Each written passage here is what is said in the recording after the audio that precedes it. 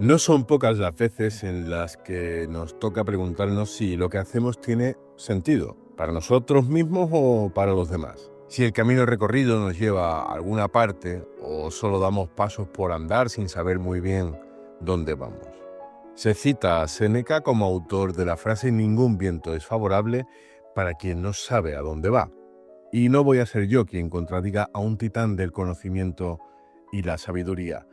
Pero cada vez más me encuentro con personas mecidas por la brisa de la incertidumbre, viandantes de la vida que caminan por no parar quietos en un mundo donde se saben peones de un ajedrez, donde la partida la juegan otros, poderosos que deciden dónde, cómo y a cuánto vas a pagar el metro cuadrado.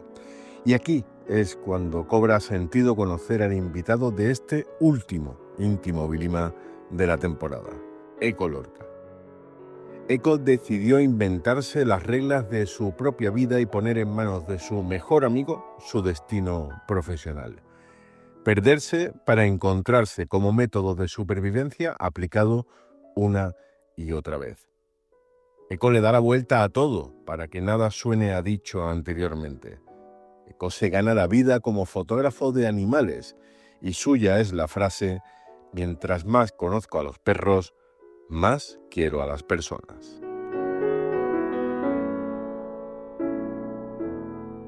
Eco, ¿los perros tienen alma? Pues yo imagino que es como los seres humanos. Habrá perros que tengan alma y perros que no los tengan. Yo imagino que es una especie de simbiosis entre el humano y el perro que convivan juntos. Habrá de todo. Desconozco los misterios del alma.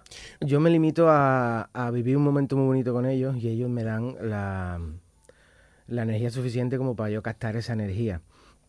Creo que sí que es una parte muy bonita del trabajo, poder captar lo que los humanos que viven con los perros ven y aman de esos animales. Creo que esa es la parte más bonita del trabajo. Que tengan alma o no, no sabría yo decirte porque no sé siquiera si... Pero en la mirada de un perro, ¿tú qué ves?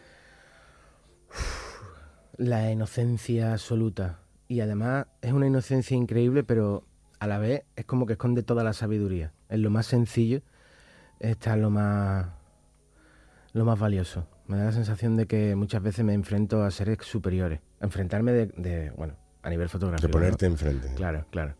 Sí. Decía Alfred Hitchcock que no era buena idea rodar ni con niños ni con animales. Claro. Ni con niños ni con animales. Yo con niños, la verdad que no he tenido muchas experiencias, me han gustado, pero con animales pues depende. Un perro que está, mal dicho, pero está domesticado, que tiene una larga historia con el ser humano. De hecho, yo imagino que no estaríamos en el punto en el que estamos como humanidad si no hubiéramos convivido con los perros. Pues un perro es casi un niño, imagino yo. Claro, ya si nos ponemos a hablar de leones y de elefantes o pájaros, ya yo creo que el cantar es otro. ¿Y en qué momento de tu vida tú decides orientar tu profesión a retratar perros? Con la llegada de mi perro. Yo nunca había estado cerca del mundo de los perros. Hasta que cumplí 28, 29 años, que tuve contacto con los perros. Siempre habían estado ahí. Había tenido 2 perros, Pipo y Boli, pero eran perros de familia, eran perros que quizá no se les miraba como se les mira hoy, o al menos no era mi perro, eran perros de familia. Entonces la experiencia era otra con ellos, y supongo que la suya con los humanos también. Cuando llegó mi perro, que yo me dedicaba a la fotografía, ocurrió algo. Yo andaba un poquillo perdido y intentándola verlas venir, porque estaba como muy desencantado de la fotografía. Yo había salido de la escuela de arte con unas pretensiones y con unas ambiciones que son imposibles de cumplir. Lo que pasa que, bueno, cuando uno es joven, se ve todo de otra manera. Luego la realidad se impone. Entonces mi perro vino como a enseñarme, a abrirme un camino. y fue gracias a él. Yo estaba intentando hacer fotos de gente para LinkedIn, me propuse también hacer fotos, pues, fotografía de personas que las fueran a usar con un cometido. Pero eso no terminaba de salir porque, bueno, para empezar, era inexperto en todos los sentidos. Nivel social también. Entonces, un día que me dejaron tirado, justito en ese momento, bueno, no podían venir. Justito en ese tú momento. Tenías una sesión fotográfica pactada Sí. con un señor o una señora que Sí. iba a hacerse unas fotos profesionales Sí. y te avisa que no puede ir. Y justito me estaba llamando por teléfono de que no venía. Y justito estaba mi perro, porque en aquel entonces yo tenía el estudio en mi salón, ¿vale? Entonces justito en aquel momento estaba mi perro en el sitio donde se iba a poner la persona. Yo tenía los flashes colocados tal y dije, bueno, está bien, no pasa nada, ¿qué vamos a hacerle? Y empecé a hacerle fotos a mi perro.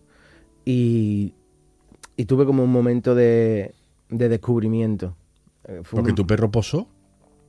Bueno, mi perro está muy bien entrenadito, yo con los premios, entonces, claro, posó, obviamente posó por premio, porque sí, sienta, tal, y ya con eso ya empecé a moverme un poquito con él. Hice esa foto, disfruté una barbaridad de aquella experiencia, porque fue, ya te digo, yo esa mañana me desperté, como cualquier otro día, y por la noche me acosté con un hallazgo, y con un hallazgo potente, o sea, tengo la capacidad de visualizar las cosas de forma muy sencilla, y eso me proporciona un plan, me proporciona una visión de las cosas que normalmente en otros ámbitos me cuesta tener. Entonces me agarré a eso. Para mí fue... Yo ese día era el único fotógrafo de perros del mundo. Yo ese día había descubierto una cosa que no había visto nunca. Obviamente estaba equivocado, pero como nació desde dentro, como fue una cosa... No es revelación. Como una revelación, fue una revelación. Y además, eso con el tiempo se fue arraigando de una forma tan bonita, porque al final con un perro las cosas se viven de otra manera.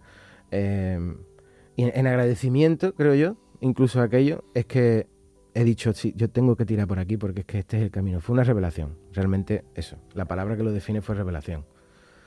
Hasta hoy. Hasta hoy. 11 años.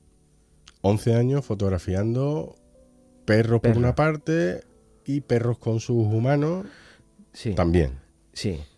A ver, yo andaba en aquella época y durante años anteriores, andaba descontento. Andaba perdidillo. En continua búsqueda, podríamos decirlo. No tan perdido. No, perdido no es la palabra, estaba en búsqueda.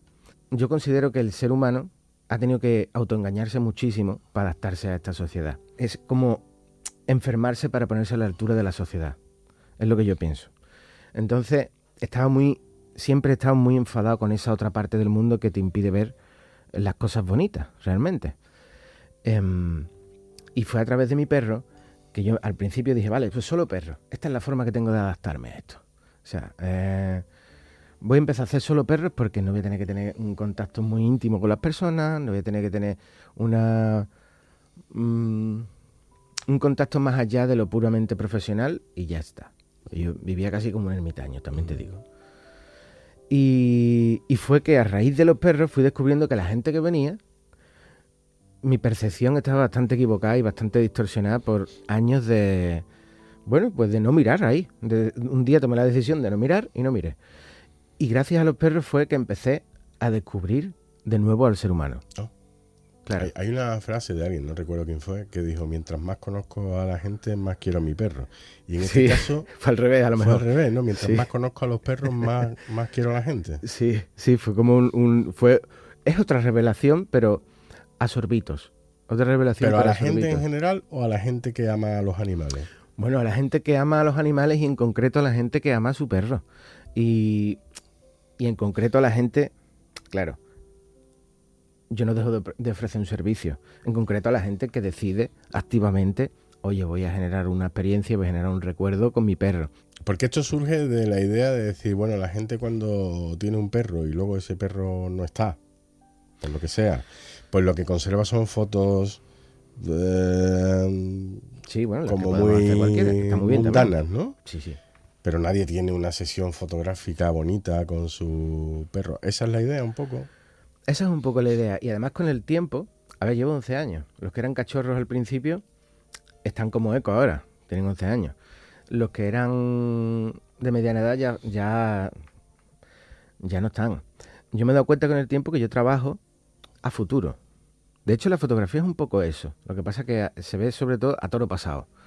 Cuando uno se está ganando la vida diariamente, ve que tiene que subsistir y demás, pero cuando te llaman por teléfono y te dicen, tío, tenemos tu foto en nuestro salón, nos acordamos un montón de ti, gracias, o sea, nos acordamos un montón de la perra gracias a ti y formas como parte un poquito del camino de la perra. Porque además son experiencias que la gente no suele tener muchas veces a lo largo de su vida. Bueno, conozco gente que se hace rutas por España visitando a diferentes fotógrafos de perros y tienen... porque les gusta eso, les gusta generar, pues mira, me gusta el estilo de este fulano, voy a ir para allá y me voy a hacer una foto con él, o de este. Pero salvo el caso, excepciones muy concretas, la experiencia se vive una vez, 2 veces, sí que tengo clientes que vienen cada año, que eso también es de querer mucho al perro y los entiendo profundamente porque yo creo que yo quiero a mi perro por encima de mis posibilidades. ¿Y de año a año tú notas diferencias en los perros y en los dueños? En el momento, bueno, cuando comparo fotos sí. Cuando comparo fotos sí. Cuando comparo fotos se ve por los hociquitos más... Bueno, en la actitud también, ¿no? Y además se nota muchísimo en algunas razas concretas, como los tekel, como perros que de jóvenes son muy jóvenes, son muy cachorros, y de mayor envejecen muy fuerte. Se nota bastante. Y en los dueños. Porque claro, al principio cuando tú tienes un animalito que acaba de llegar a tu casa, tú lo dispones todo para la experiencia. Conforme va pasando el tiempo, el perro se va volviendo viejo y ellos vienen con otros ánimos. Ahora vamos a hacerlo porque es cachorro. Ahora vamos a hacerle la sesión porque sí, un poco como el que tiene un hijo, ¿no? Que lo fotografía en el bautizo, en la comunión, en la confirmación, en la boda, ¿no? En los momentos destacados de la vida, ¿no? Sí, con la única cosa que si todo sale bien, nosotros sobrevivimos a nuestros perros. Que es la diferencia con los hijos, si todo sale como está mandado. Que es además un dolor muy solitario, el de la muerte de un perro.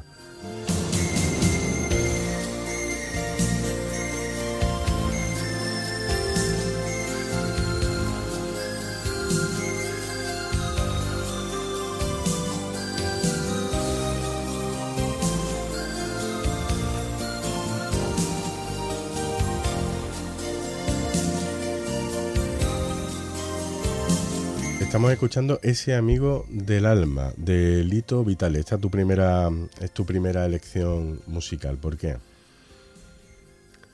Pues es una canción que me recuerda muchísimo a mi infancia. Yo estuve conectado... Yo siempre asocio los recuerdos a canciones concretas, varios recuerdos a varias canciones y canciones a momentos concretos. Y esta canción me recuerda muchísimo a un momento muy feliz de mi vida, del que no me acuerdo muchísimo, porque yo de mi infancia me acuerdo poco, pero con esta canción en concreto, aparte de que he soñado 1000 cosas con ella y me he imaginado 1000 historias, porque está llena de arreglitos y de sonidos y de... Es una maravilla. Aparte de eso, yo me acuerdo del camping de mi madre, o sea, cuando yo veraneaba con mis padres de pequeño, mi hermana estaba recién nacida o tendría 1 o 2 años. Recuerdo volver a... Ellos no me ponían hora, ellos me decían, tienes que venir cada tanto tiempo, vienes y si estamos despiertos y tal, puedes seguir por ahí y si no, después ya te quedas dormido aquí con nosotros, ¿no? Yo recuerdo una vez que estaba el camping lleno de gente y mi padre tenía un Citroën BX que teníamos abierto, como si fuera El maletero de atrás. El maletero de atrás, como si fuera un cani, abrazaba a mi madre y con esa canción a todo carajo, que mi padre jamás ha sido de molestar ni de que molesten. Y estaba puesta a tope, desconozco por qué lo estuvo haciendo, y estaban ellos dos abrazados y riéndose y tal. Y yo volvía y ese momentito de esta canción, pues le tengo guardado ese espacio. Me recuerda muchísimo ese momento y por eso te la he elegido. Bueno, y porque está en mis listas de reproducción de cada año siempre, desde las primeras normalmente.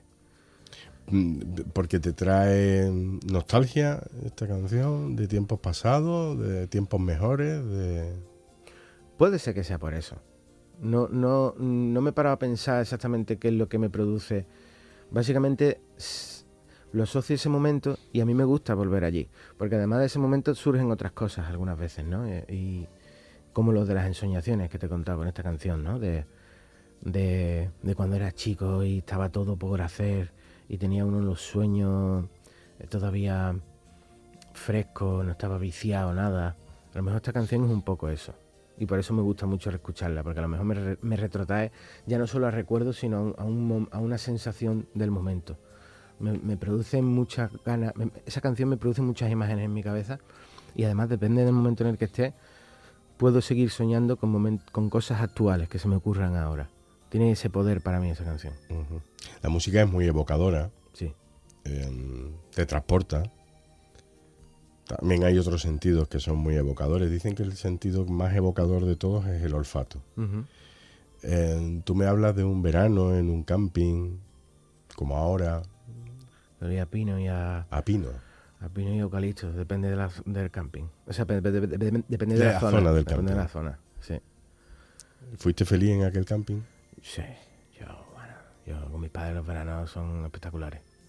Siempre, tuve mucha suerte. En ese sentido tuve mucha suerte porque mis padres los dos trabajaban, mi padre era maestro y mi madre es monitora escolar, entonces comparten las vacaciones de los maestros. Entonces yo ya llegué al verano y unos 15 días estaba en mi barrio y el resto era en la playa, y me lo pasaba espectacular. No tenía una... Ya te digo, no me acuerdo de mucho, porque no tengo recuerdos vívidos de cada cosa, pero recuerdo que los veranos, sobre todo, eran espectaculares. Los inviernos ya menos. Pues además yo cambiaba cada año de colegio y tampoco es que tuviera muchos amigos. Todos los años había que volver a empezar a hacer amigos, no sé cuánto, pero los veranos no. Los veranos, de hecho, los amigos eran los del camping, que normalmente siempre veraneaban en el mismo, en Isla Cristina. Me has dicho que había dos perros familiares que eran Pipo y Boli. Boli primero y Pipo segundo. Sí. Al Boli me lo trajeron sin yo saber que lo iba a tener. Tendría yo... Hostia, pues yo que la verdad que no lo sé. Tendría 5 años. Y ese perro, al igual que Pipo, no terminó sus días en mi casa.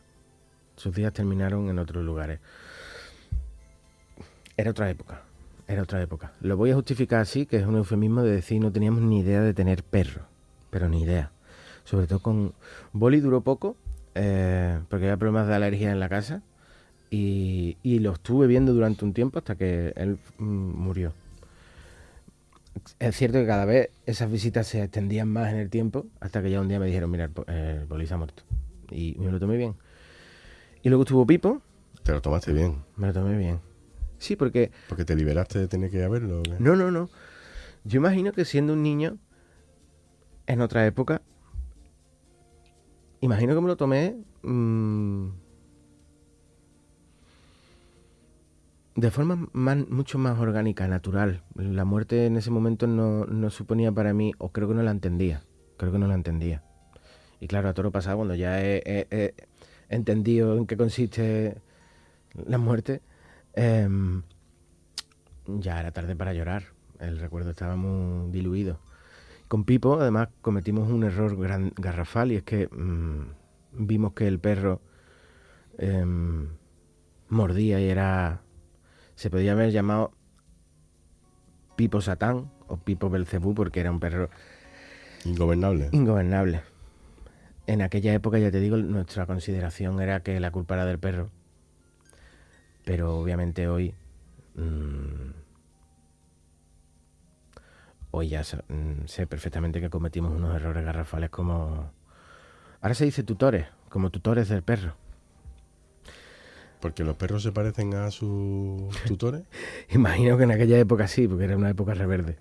¿Para ti? Para mí y para mi hermana. Porque estábamos los dos, aunque nos llevamos 8 años, en algunas cosas nos parecemos muchísimo. Normal, venimos de del mismo padre y de la misma madre, hemos heredado las mismas cosas.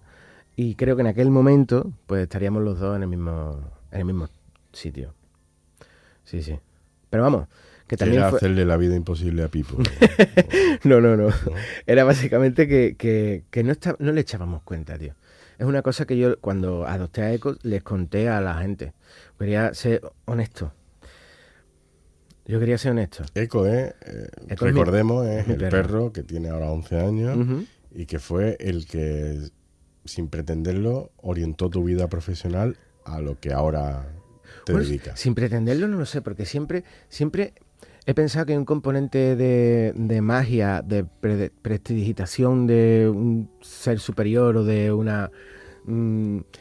que siempre he pensado que en algún lugar remoto donde se deciden cosas, no a nivel humano, sino a un nivel, vamos a llamarlo místico o metafísico, dijeron, mira, vamos a mandarle a este perro, porque este muchacho...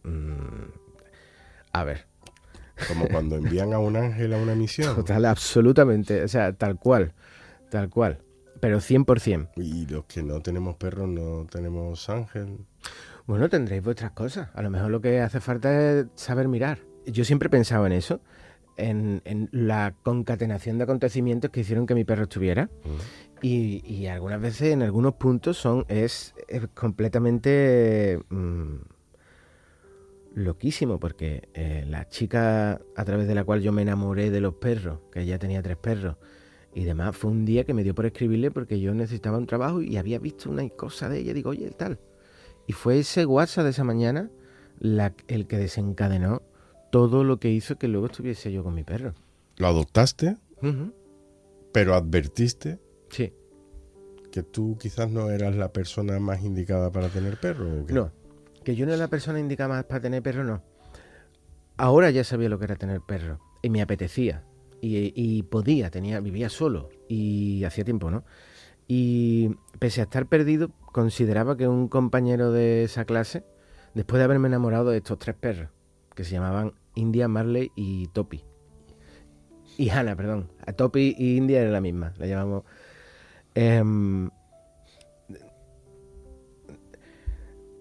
yo ya consideraba que eso me iba a venir bien. Yo me apetecía tener un perro. Pero a veces cometo el error de ser demasiado honesto. Pero bueno, no me pesa porque creo que es lo que hay que hacer. O sea, en un sentido, por lo menos con uno mismo, ¿no? Si luego no sale, bueno, yo no voy a estar a expensas de haber sido... de haber ocultado cosas, de haber corrompido un poco mi relato, ¿no? Como pasa en otros ámbitos. No, esto es lo que hay. Si queréis y consideráis ustedes que sois los responsables de a quién le van a dar el perro, yo encantado. Y accedieron. Accedieron también porque, bueno, porque yo estaba enamorado de esos perros, de los 3 estos. Eran 3 border collie maravillosos. Marley era un poco cabrón, pero también lo quería.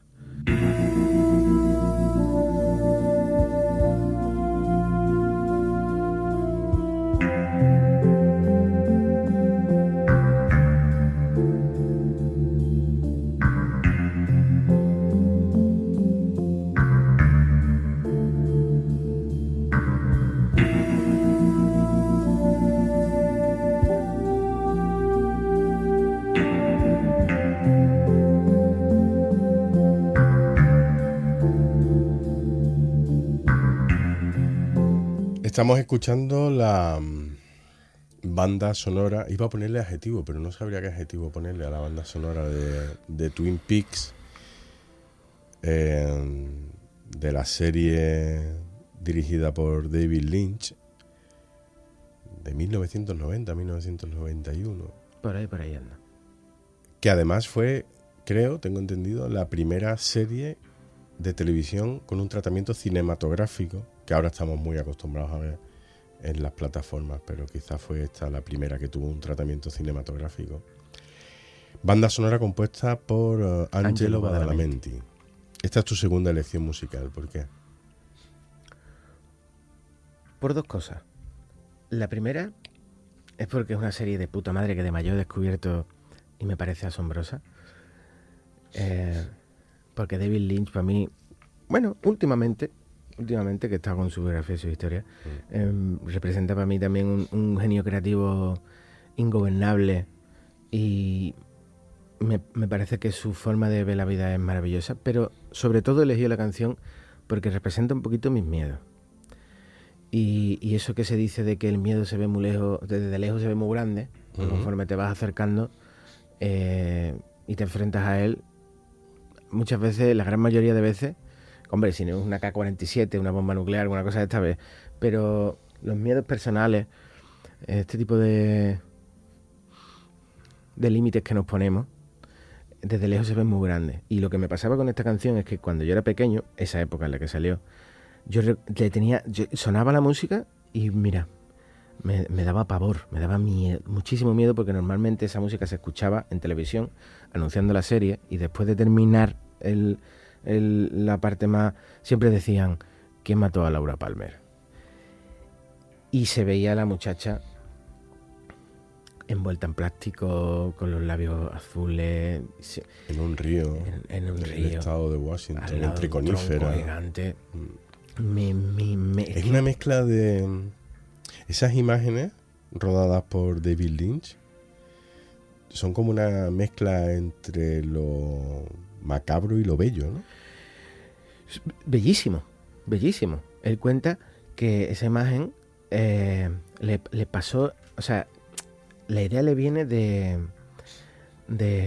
esa y otra escena de, creo que de Corazón Salvaje, creo que es, de que de pequeño estaban jugando en la calle de noche, y vino una muchacha a la que le habían pegado, venía desnuda, semidesnuda, con un traje,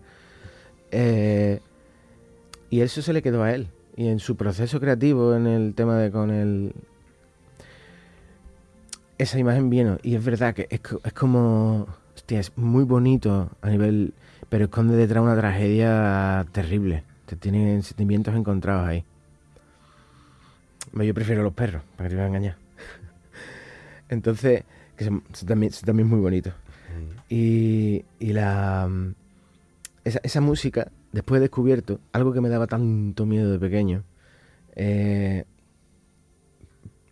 Mi padre me regaló un disco en verano que venían las mejores bandas sonoras de la historia, y la primera canción era esa. Ahí, que ya me pilló un poquito más adolescente, empecé a apreciar esa música sin cagarme encima, porque ya te digo que eso, además, que es que no la podía escuchar, ¿eh? Era, me cago en la mano, es que... Angelo Badalamenti, que por cierto tiene un vídeo en YouTube explicando el proceso creativo junto con David Lynch, sí, de la banda sonora, demuestra una gran maestría, precisamente porque es capaz de ponerse en sintonía con David Lynch, y a la par que David Lynch estaba rodando algo macabro pero bello, Angelo es capaz de componer una música que es al mismo tiempo macabra pero bella. Sí, totalmente. Dice que le decía, por lo visto se ponía uno al lado del otro, y el David Lynch le iba contando, mira, pues hay una mujer en el bosque, está semidesnuda. Y él al mismo tiempo iba... Y él iba componiendo, y el es David un vídeo Lynch... maravilloso, ¿eh? Sí, la verdad que merece la pena verlo y empaparse un poco de esa forma de hacer las cosas que yo creo que si no se ha perdido, está en desuso. David Lynch lo perdimos hace poco. En enero. Y yo tengo que reconocer que soy un admirador de parte de su obra, pero al mismo tiempo tengo sentimientos encontrados, porque creo que en otras me ha tomado el pelo completamente. Sí, a ver. Es que, a ver, te pones a ver Cabeza Borradora y dices, ¿cómo esto fue lo primero? Pero tiene sus cosas, tiene diferentes Mulholland capas. Drive. O Mulholland Drive, que parece que las cintas del rodaje están tiradas aleatoriamente y montadas de una forma... Bueno, es que Mulholland Drive es un largometraje, luego lo cancelaron y decidieron hacerlo una serie. Entonces, yo imagino que con ese origen, pues había que hacer algo. Y también David Lynch, que he leído su biografía últimamente, lo tengo reciente, iba un poco como a su bola, tuvo errores y supo enmendarlos, como Dune, que pasó por el aro, él lo dice. Yo pasé por el aro, hice cosas que me comprometí con cosas que no iba a saber cumplir, y luego le cambiaron el guión y tal, ya no pasó por ahí. Entonces, creo que en ese sentido el tipo supo mantener su iniciativa propia, ¿no? Entonces, bueno, a lo mejor si hay personas que lo consideran obras maestras, no seré yo quien diga esto es... Puedo decir, no lo entiendo, ¿no? Cabeza borradora, cabeza borradora. Pero es que el arte es muy subjetivo, claro, ¿no? Claro. Aparte es un artista... ¿No te da miedo dedicarte a algo que es tan subjetivo, tan difícilmente valorable? Que alguien pueda pensar que tus fotografías son maravillosas y al mismo tiempo alguien pueda pensar que no. Pasan dos cosas. La primera, a los perros nunca se quejan de lo mal que salen. Al revés. Todos los tutores ven a sus perros buenísimos, guapísimos en todos los sitios. Eso es lo primero. Y lo segundo es que me da exactamente igual, me resbala lo que pueda suponer para otra gente, lo que yo haga. De hecho, me lo resbala para un lado y para el otro. Pero eso lo dices desde el éxito, ¿no? No. Lo digo desde hace tiempo, ¿eh? Porque sí que es verdad que uno de mis grandes miedos ha sido cómo combinar mi existencia, ese es el mínimo común múltiplo de todo, para poder vivir en este mundo. Y además, cuando dices desde el éxito tiene muchas bisagras y aparte... Bueno, el éxito me refiero, por ejemplo, a que tú tienes tu agenda llena hasta dentro de hasta 6 diciembre. Meses. Ahora hasta diciembre. 6 meses. 6 meses, pero bueno, es un éxito cotidiano.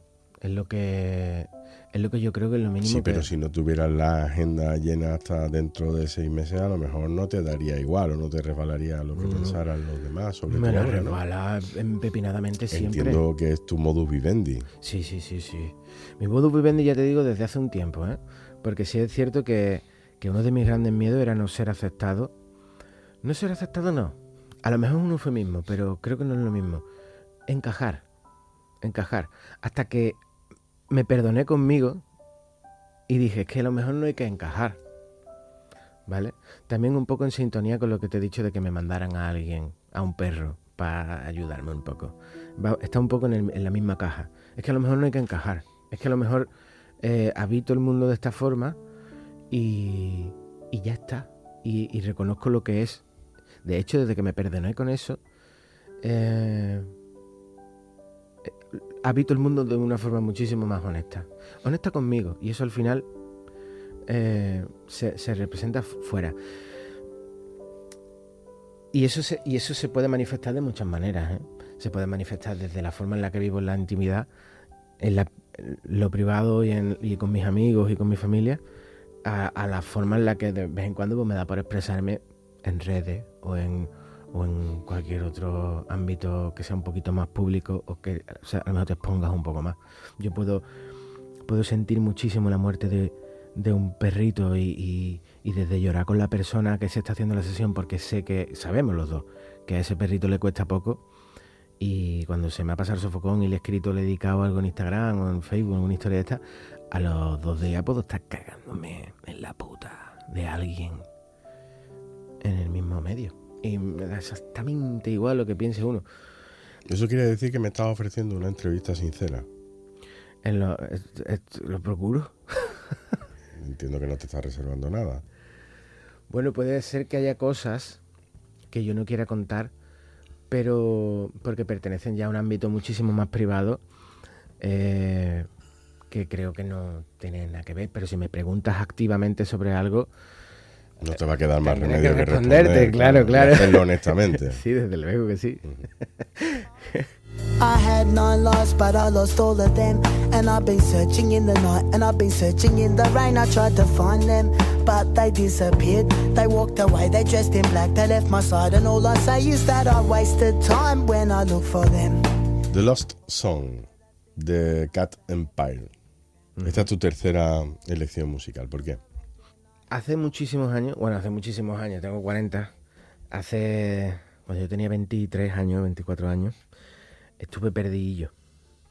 Que con el tiempo creo que no es que estuviera perdido, sino que es que estaba buscando algo. ¿Es la segunda vez que mencionas lo de estar perdido? Sí, pero porque creo que tengo alma de buscador. Creo. ¿Qué es lo que...? Me ha dado tiempo a reflexionar, no sé lo que busco. Creo que buscar por el hecho de buscar, creo que es un arte incluso. Porque me fascina perderme también. Pero me fascina perderme porque en la pérdida está la búsqueda.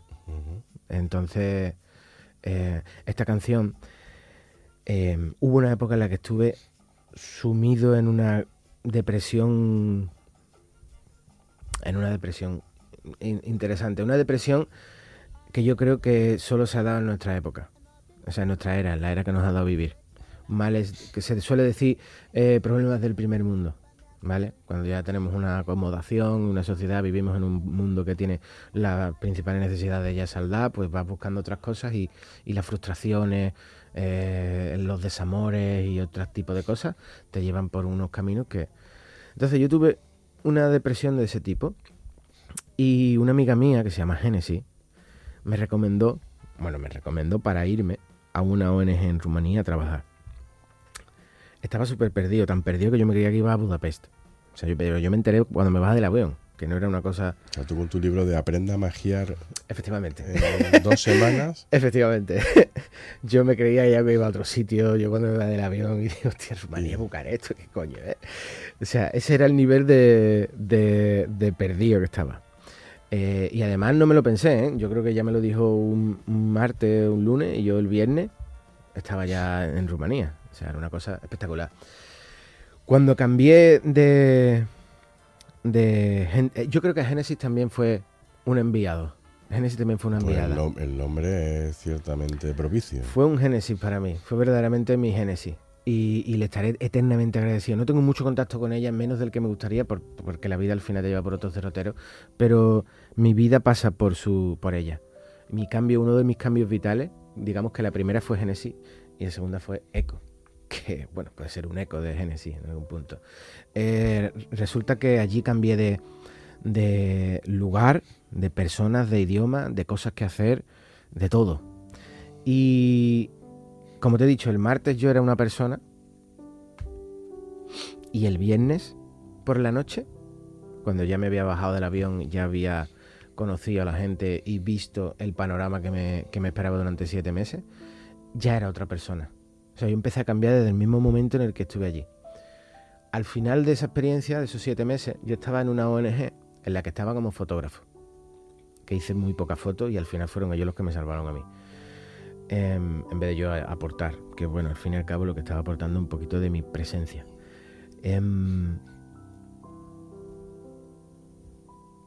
Allí los voluntarios de una tirada y los de otra se encuentran durante un poquito de tiempo para poder hablar entre nosotros, compartimos experiencias, ya unos nos vamos y otros se quedan. En ese intercambio conocí a una chica que se llama Oliva, guapísima, unos Rastafari de Madrid, guapa. Y era la hostia. Era una persona que me hizo sentir allí. Digo, hostia, es que se me acaba esto y esta acaba de llegar, qué guay. Le veía a ella y a todos sus compañeros, ¿no? Le veía la energía que yo tenía al principio. Me encantaba. Y una noche de esas convivencias fuimos a una discoteca allí y estábamos bailando esta canción. Estaba yo con ella, estábamos bailando y claro, las cosas se puso... Estábamos así como abrazaditos y hubo un momento en el que creo que verdaderamente fue el momento más consciente que yo tuve en Rumanía. Era de noche, habíamos bebido y estábamos a gusto. Pero en esa canción, en ese momento, digo, no sé dónde estoy en el mundo, en el punto geográfico, pero real. O sea, no tenía ni idea de dónde estaba y sin embargo, ni qué iba a ser de mí cuando yo llegara a España.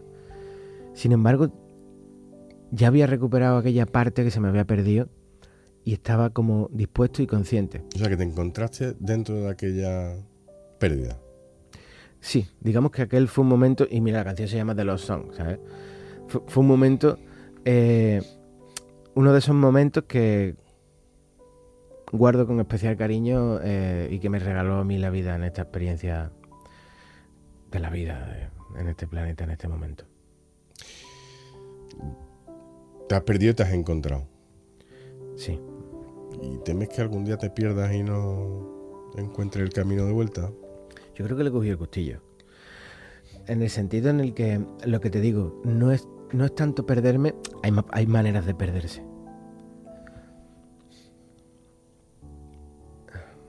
Cuando uno pierde y grados. Cuando uno se pierde por una pérdida, en la que luego no levanta cabeza, es una cosa. Llámese desamor, llámese una pérdida vital, de familia, de amigos. Un duelo. Un duelo. Cuando uno tiene un duelo, bueno, hay que encontrarse. Cuando uno se pierde porque ha perdido el norte a causa de lo que sea, hay que encontrarse.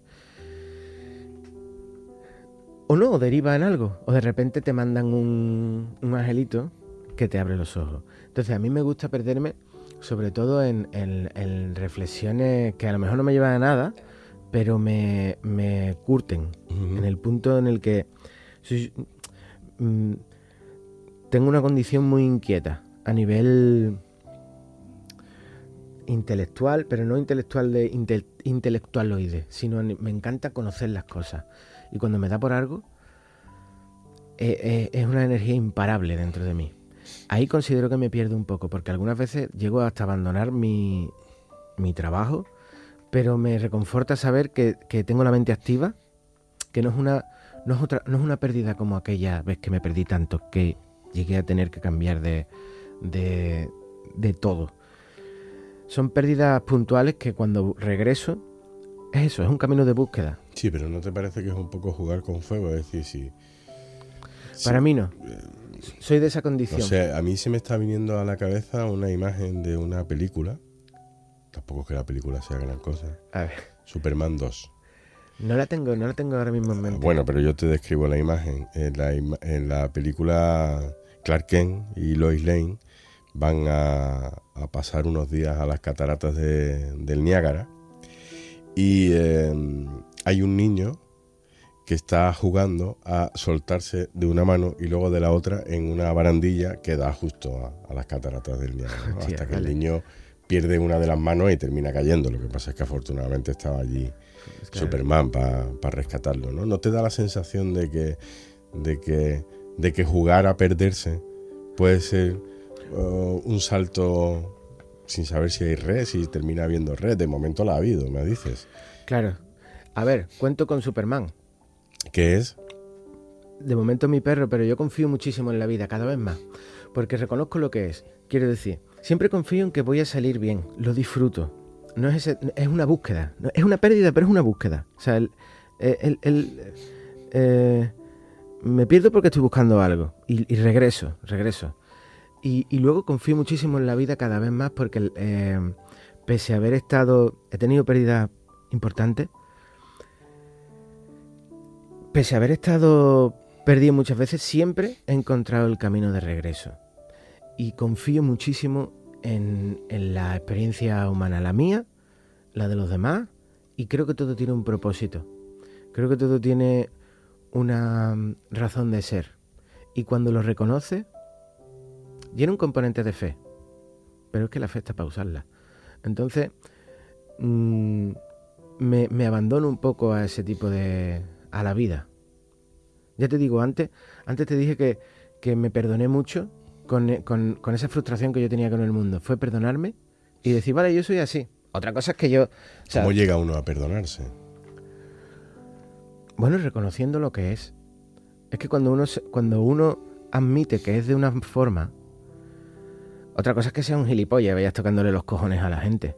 O vayas haciendo cosas que no se deben. Ahí, si reconoces que eres un hijo de la gran puta. Pero si con la honestidad, con lo que se considera verdad y actúas en consecuencia, que eso es muy importante, actuar en consecuencia y ser honesto con uno mismo, pienso que te posiciona, por lo menos como ser humano, en un momento dado. Que luego te puedes desdecir y cubres todas las posibilidades posibles. Sí, claro. Bueno, pero reconocer de sabio, rectificar de sabio. Entonces, pienso que esa es la mejor forma de habitar. ¿Cómo te perdonas? Bueno, es que si no te perdonas tú y si no tienes esa capacidad... Hay personas que aunque sus faltas son peccata minuta, resulta muy complicado o imposible perdonarse.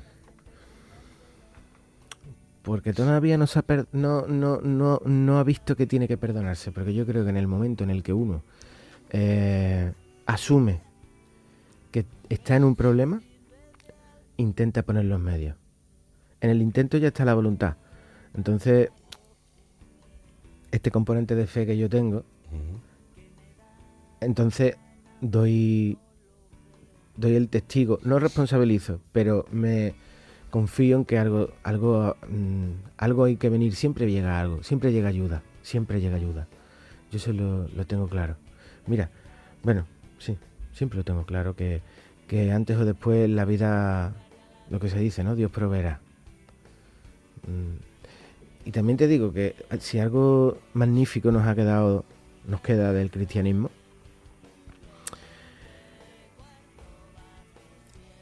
es que lo bueno, los 10 mandamientos, vamos, a lo mejor me estoy yendo por las ramas, pero yo pienso que los 10 mandamientos, o el mandamiento, ¿no? Ama a tu prójimo como a ti mismo. Si no te sales de ahí, cabrón, más fácil que eso, no vas a poder. Pues ya hay fronteras que... ¿no?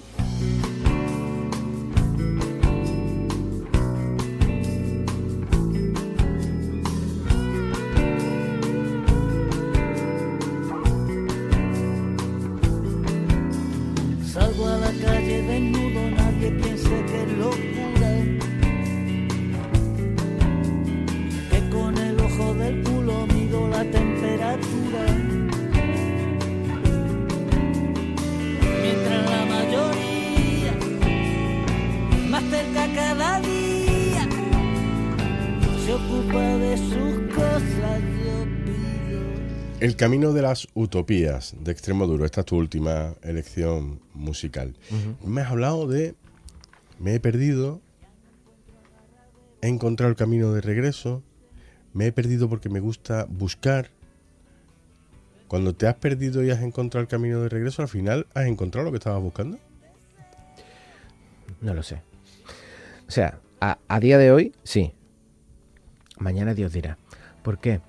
Me enlazo un poco con lo que te dije al principio, de esa percepción que yo tengo de que el mundo la sociedad ha tenido que autoengañarse mucho y adaptarse a esos autoengaños para poder sobrevivir en sociedad tal y como la conocemos actualmente en este planeta tan bonito.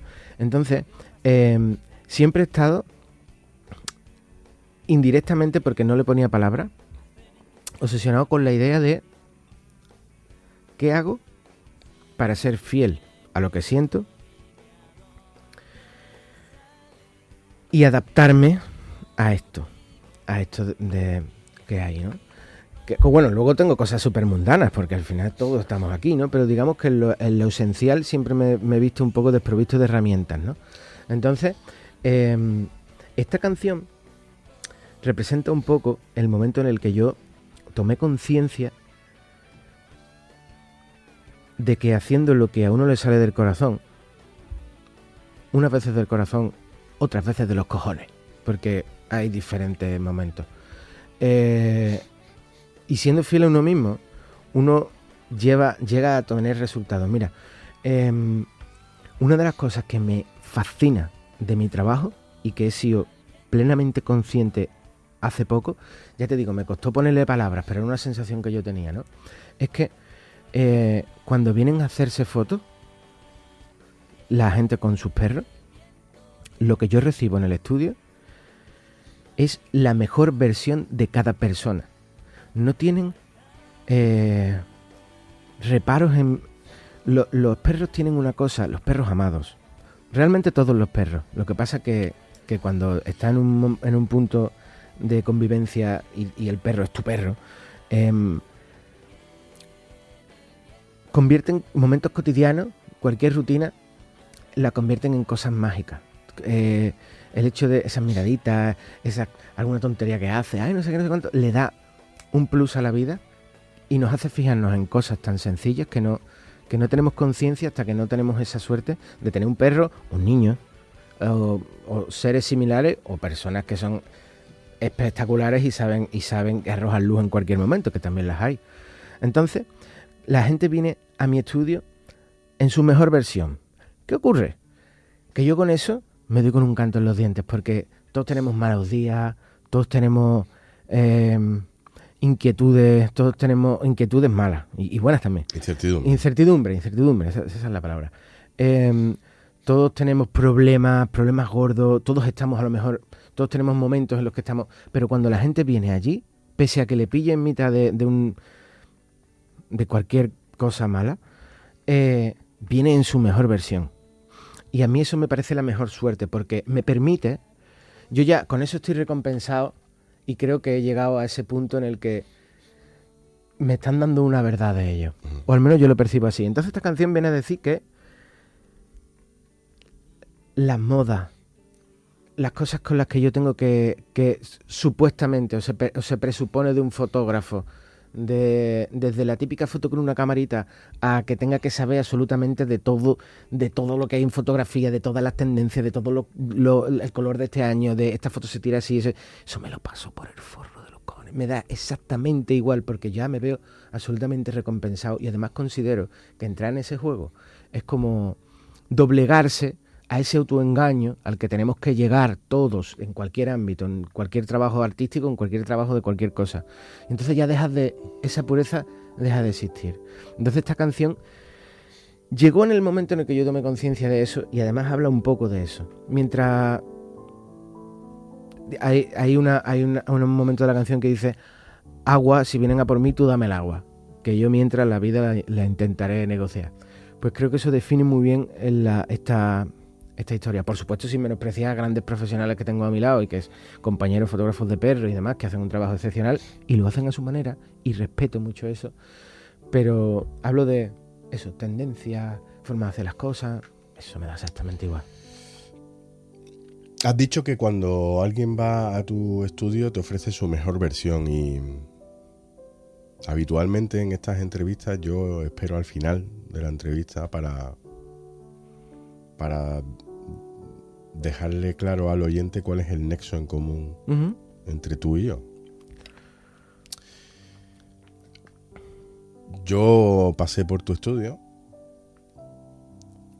y yo creo que no pude ofrecerte mi mejor versión. Estaba en una época muy complicada de mi vida, creo que la peor época de mi vida. Fue tan complicada que tuviste que recogerme en tu coche para llevarme a tu estudio y luego devolverme a casa, porque si no hubiera esa sesión de fotos no hubiera tenido lugar. Sí. Y yo creo que no pude ofrecerte mi mejor versión. Son unas fotos que están en Instagram que son maravillosas. Pero son maravillosas por lo que pudo suponer para mí como terapia el estar 2 horas contigo tratando de buscar un hilo del que tirar. Fue complicado aquello, ¿no? Bueno, cuando yo te conocía, sabía que estabas en medio de ese naufragio, pero no sabía que estabas tan mal cuando fui a recogerte. Cuando te vi, me activé, ¿sabes? Entonces creo que utilizar la risa en mitad de la sesión muchas veces importa menos la foto que el momento. Y creo que yo pasé una grandísima tarde contigo. Reconocía que estabas... no estaba hecho mixto. Sí. Pero a su vez estabas allí. Y a su vez me contaste un chiste que me harté de reír. Y además a través de la risa que pudimos reconectar un poquito con la esencia un poco. Al final, también el contexto, unos flashes, un tío ahí haciéndote fotos. Y encima, como tú estabas, yo pienso que tampoco fue lo más fácil para ti del mundo. Pero creo que al final el alma sabe. Al final se mandan... hay velas puestas para que nos guíen el camino, sin que de alguna manera, o sea, es una forma de... Entonces, creo que supimos, tanto tú como yo, creo que supimos reconducir aquello y y por lo menos convertir la experiencia en algo agradable.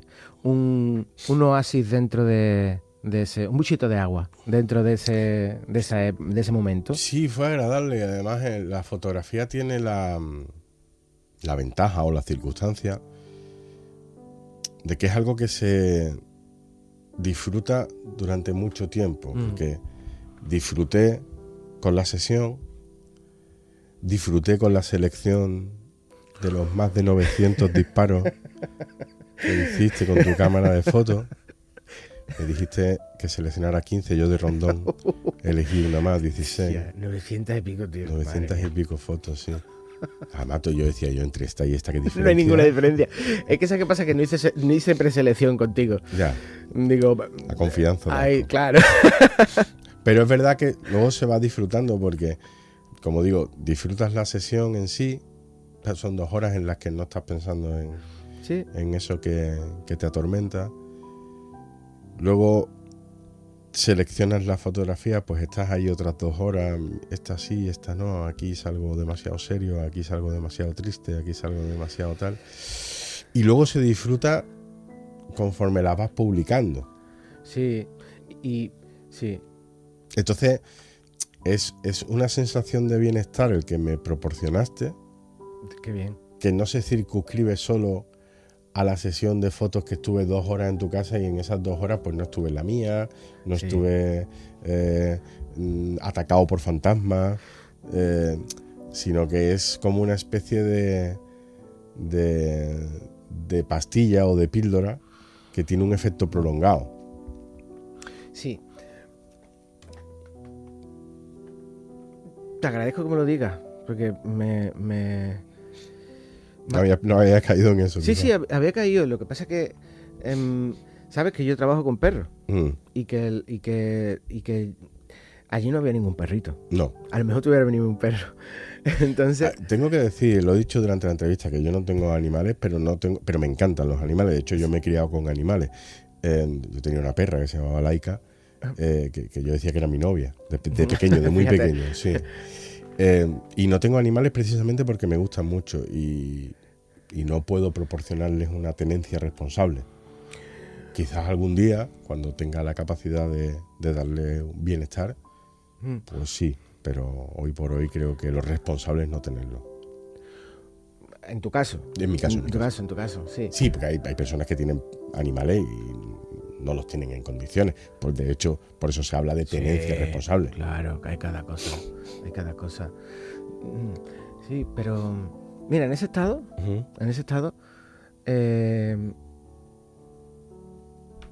un perro te acaricia el alma. De verdad. A ver, uno tiene que tener predisposición. Pero sé que en aquella sesión un perrito no hubiera tenía venido, que haber subido yo a mi perro, hombre. Pues me hubiera encantado. Yo te agradezco que viniera, porque además algunas veces he pensado un poco que te dije, no, yo voy a recogerte, hombre, venga, te recojo, te llevo, no sé qué, no sé cuánto. Y también pensaba que a lo mejor, como no estabas en tu mejor momento, ¿no? Digo, a lo mejor, no, pasamos por aquí, a ver qué pasa. Pues yo he querido no devolverte el favor, porque yo creo que esto no se trata de deberse nada, pero sí he querido compartir con los oyentes eso que yo descubrí en ti, que era una persona con fondo, con profundidad y con vivencia lo suficientemente atractivas como para que la gente conozca tu historia de la misma manera que tú has intentado contar la mía a través de aquella sesión de fotos. Así que te agradezco mucho que hayas estado aquí, Eco. Y yo también te agradezco mucho que me hayas invitado. Una experiencia maravillosa y agradezco muchísimo estar aquí. Y lo bueno es que nos seguiremos viendo. Amén. Amén, muchísimas gracias. A ti.